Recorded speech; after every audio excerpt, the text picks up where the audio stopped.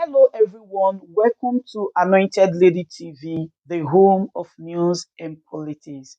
If it is your first time in this channel, you are highly welcome. Thank you so much for stopping by. And if you like what we do on this channel, hit on the subscribe button. Also put on the notification bell so you'll be notified by YouTube anytime we drop a new video. And if you are returning subscribers, thank you very much for always coming back to watch our videos. On this platform, we drop videos every day and we react to every video that come our way. And on this very video, I will be watching with you. And after watching, let's go to the comment section and drop our opinion constructively. Like our videos and also share our videos if possible. See you next time in my next video.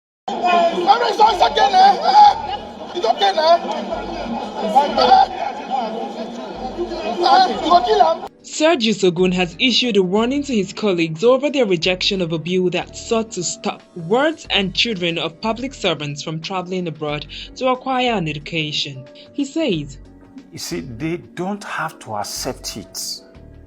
That was why they were telling me to step down the bill. I said, no, I won't step it down. They just missed a glorious opportunity to write their names in history. One. And secondly, a glorious opportunity to have a choice in the future. I can tell you what will come next is a bill that will say you are serving in government. You are in public space, so your children will use facility that is public. That is what will happen next. I am not prophesying, but write it down today. You heard it first from me. That is what will happen. We're going to have a revolution in this country. It's not going to be a coup. It's not going to be people shooting their way to power or anything. Nigerians will elect a radical. No antecedent, nothing. A radical. Because they say, we have elected people with antecedent. They didn't do anything with it. This one, we don't know where he's coming from, but we like what we are hearing. They will elect the person based on that. And that person will go there and say, write on that popular vote and say, if you are in government, including myself, my children will go to public school. And that will stop all this. So they had the opportunity of still voting for this and subjecting themselves to this scrutiny. They threw it away. Most of us have our children in private schools. This bill is not saying withdraw your children from private schools. The bill is not saying if you have your children schooling overseas, you should withdraw them. Because it's not a decree, it's a law. It's only a decree that you can make today, and then backdate it. A law made by a democratic house doesn't operate like that. And I know they are aware of this.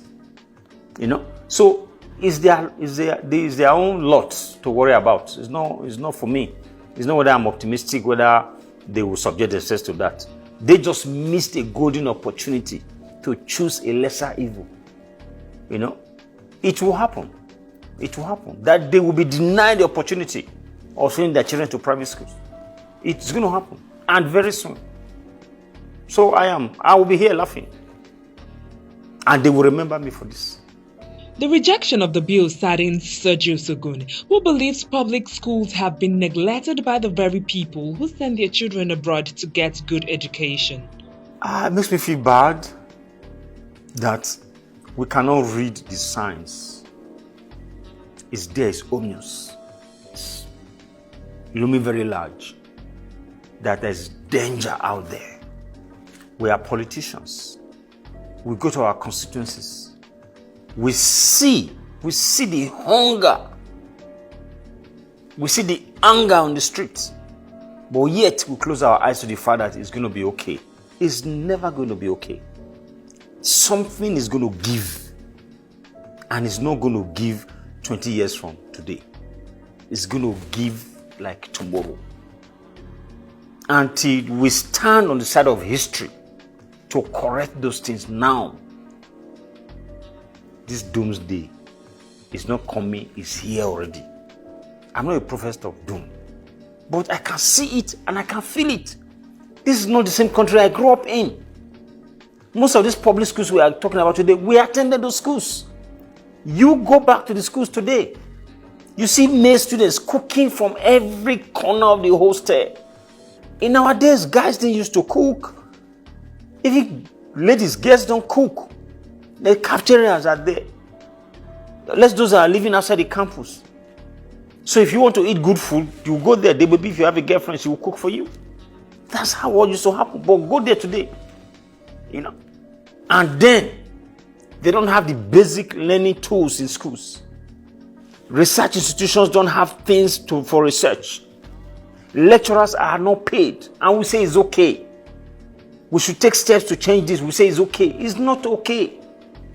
So I know, and I am shocked and surprised that people can't see this, because it's the usual Nigeria thing that, well, it's okay, we're going to get by.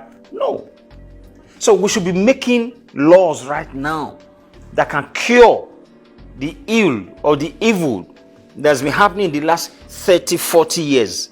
Not for dragging. We are just taking it as if, oh, well, we will get by. No, it's already late.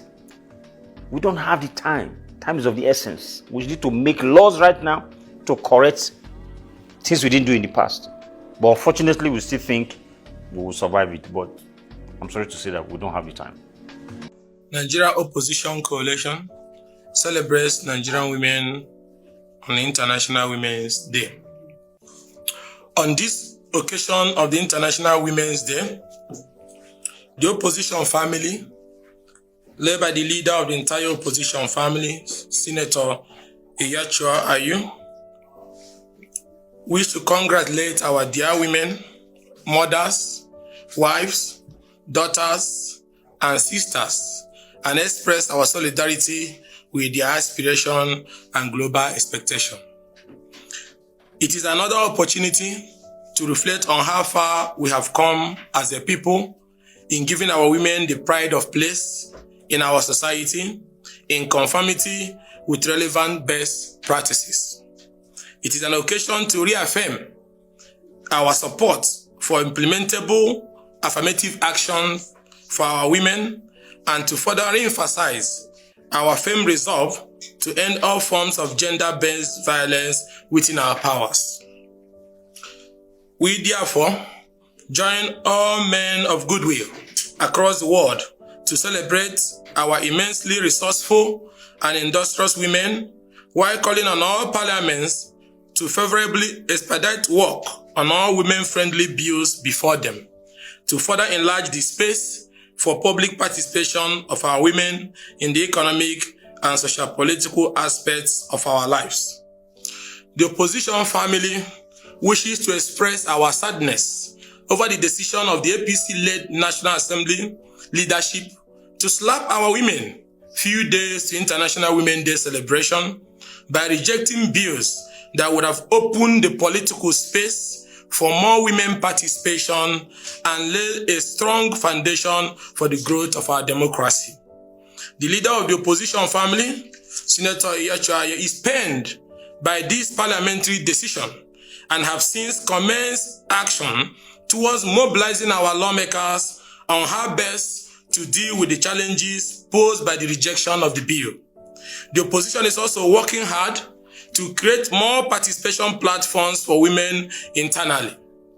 If elected in 2023, the opposition coalition shall address the issues of women participation that led to the presentation of the pro-women political participation bills that failed. As we celebrate our women, we wish to express our sadness once again over the decision of the Parliament to reject those pro-women bills and call on the National Assembly leadership to reintroduce those bills for the sake of our democracy and women's participation in democratic process.